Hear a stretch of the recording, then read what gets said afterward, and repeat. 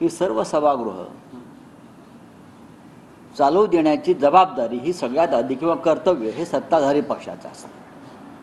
पण सत्ताधारी पक्ष सध्याचा गेल्या 10 वर्षामध्ये विरोधी पक्षाला काही संविधानिक अधिकार आहेत. या देशामध्ये लोकशाही आहे, स्वातंत्र्य आहे. निवडून आलेले आमदार खासदार हे आपल्या भूमिका मांडू शकतात.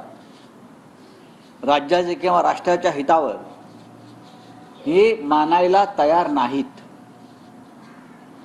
गौतम अडाणीचा विषय हा कोणाचा व्यक्तिगत विषय नाही.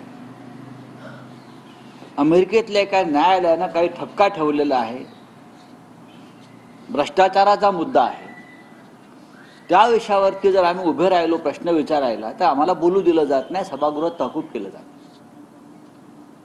आताही कोण कुठला काय जॉर्ज सोरोस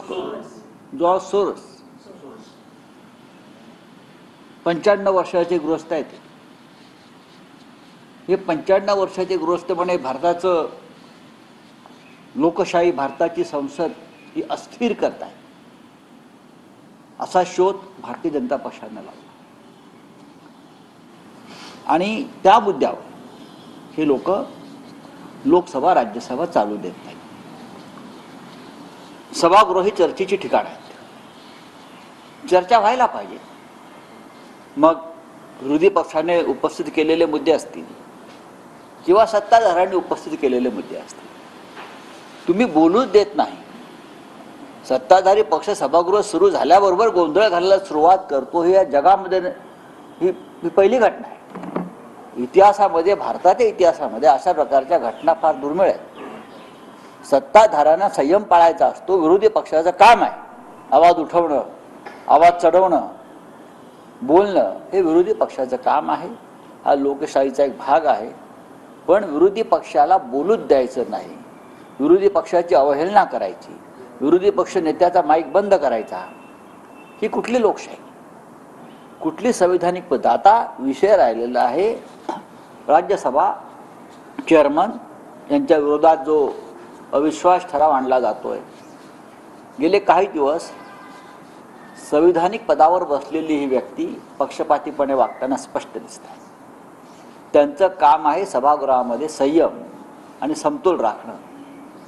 पण ते सत्ताधारी पक्षाच्या बाजूने झुकून विरोधी पक्षाचा आवाज दडपण्याचा प्रयत्न केल्यावरती आमच्यासमोर अविश्वास ठराव आणून आमच्या भूमिका मांडणं याशिवाय दुसरा कोणता मार्ग आम्हाला दिसत नाही. दोन्ही सभागृहात अदानींचा मुद्दा असतोय. आता त्याच अदानी ग्रुपकडून महाराष्ट्रातला पहिला चेकपोस्ट चालू करण्यात आलेला आहे. कोल्हापूर बेळगाव दरम्यान कागलमध्ये हा चेकपोस्ट आहे. शेतकऱ्यांचा, लॉरी ऑपरेटर्सचा प्रचंड विरोध आहे त्याला. संपूर्ण महाराष्ट्र अडाणीच्या घशात घालण्यासाठीच राज्यातलं सरकार हे गैरमार्गाने विजयी करण्यात आलं. संपूर्ण महाराष्ट्र, मुंबईसह महाराष्ट्र. आता इतका मोठ्या उद्योगपतीला जकात नाकी चालवायचे आहेत. यांची लायकी बघा. जगातला सगळ्यात श्रीमंत माणूस म्हणतात हा मोठा उद्योगपती, मोदींचा मित्र, याला महाराष्ट्रातले टोल नाकेही चालवायचे आहेत. म्हणजे कोणत्या स्तरापर्यंत ओरबडणं सुरू झालंय.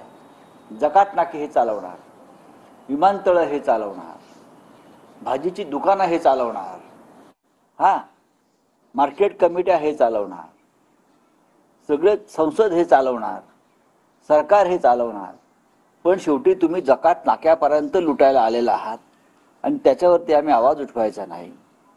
देवेंद्र फडणवीस यांना काल अडाणी भेटले. त्यानंतरच आमचं लक्षात आलं की महाराष्ट्राच्या काळातील लचका तुटला जातोय आणि तो मग जकात नाक्याच्या रूपानं आम्ही पाहतोय. कोण आहेत गौतम अडाणी? याआधी सुद्धा जकात नाके चालवले महाराष्ट्रात. ते अडाणीलाच का? कोणाच्या दबावाखाली आपण काम करताय? आणि मग अडाणीला हे सगळं महाराष्ट्र गिळता यावं म्हणून तुम्ही गैरमार्गानं सत्ता स्थापन केलेली आहे असं मी म्हणतो. विधानसभेच्या